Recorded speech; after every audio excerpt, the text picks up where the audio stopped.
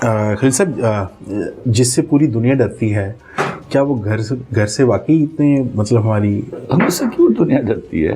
سر آپ میں اس آدمی کو مرد ہی نہیں مانتا جو اپنی بیوی سے ڈرتا نہیں ہے. That simple question, simple answer. تو آپ ڈرتے ہیں مطلب میں اپنی ماں سے ڈرتا تھا ہوم منسٹر سے. تو میں اپنی بیوی سے بھی ڈرتا ہوں. ہوم جسے گھٹیا انگریزوں کے لفظ میں استعمال نہیں کرتا. Okay okay okay. ہاں، یہ بتائیں کہ آپ کا چائلڈہڈ کہاں گزرا اور بچپن کیسا رہا، کیسا تھا، کس طرح آپ نے اپنی لائف گزاری، اس کے بارے میں تھوڑا روشنی ڈالیں اس پہ تھوڑی. میں لاہور میں پیدا ہوا، شاد باغ میں، وہیں میرا بچپن گزرا. اوکے. اور اس میں سے کچھ حصہ جو جب اسکول کی چھٹیاں ہوتی تھی میں اپنے ننیال میں ڈسکا گزارا کرتا تھا. اوکے. ڈسکا میں گاؤں ہے پانو پنڈی، بالکل وہاں پر. اور I was a poor child but I was so, Allah had made me so intelligent.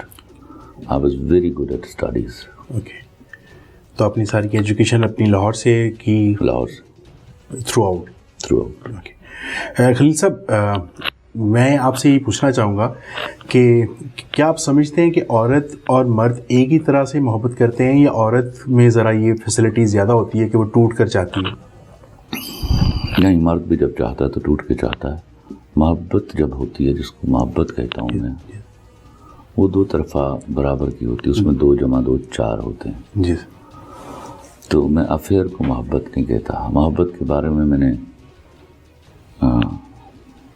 کہا بھی اور لکھا بھی کہ محبت وہ ولایت ہے جو خوش نصیبوں پر اترتی ہے.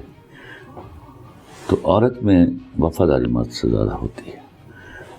عورت میں وفاداری مرد، قربانی کا جذبہ عورت کے پاس مرد سے زیادہ ہوتا ہے. سر مرد بھی تو کافی قربانیاں دے کر مطلب آف کورس دیتا ہے، لیکن ہمیں یہ بھی تو طے کرنا ہے کہ ان میں زیادہ کون کرتا ہے. تو زیادہ عورت کرتی ہے. زیادہ عورت وفا اور حیا تو مرد نے سیکھی عورت سے.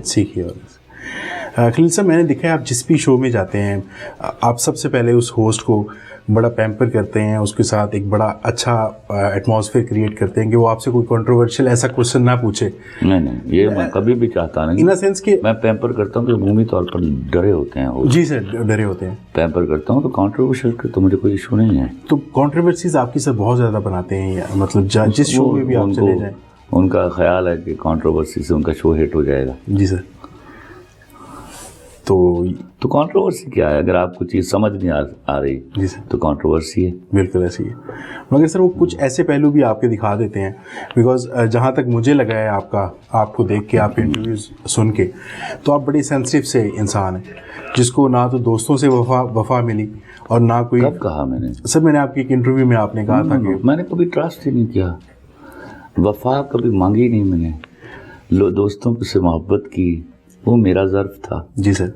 اب کوئی وفادار نہیں ہے تو اس نے مجھے گنوایا، نقصان تو اس کا ہو گیا. مگر سر ایک وہ یہ سینس مانگتا نہیں کہ کوئی سوائے اللہ سے، اللہ کے میں کسی سے کوئی چیز نہیں مانگتا. وہ میرے ساتھ ہے.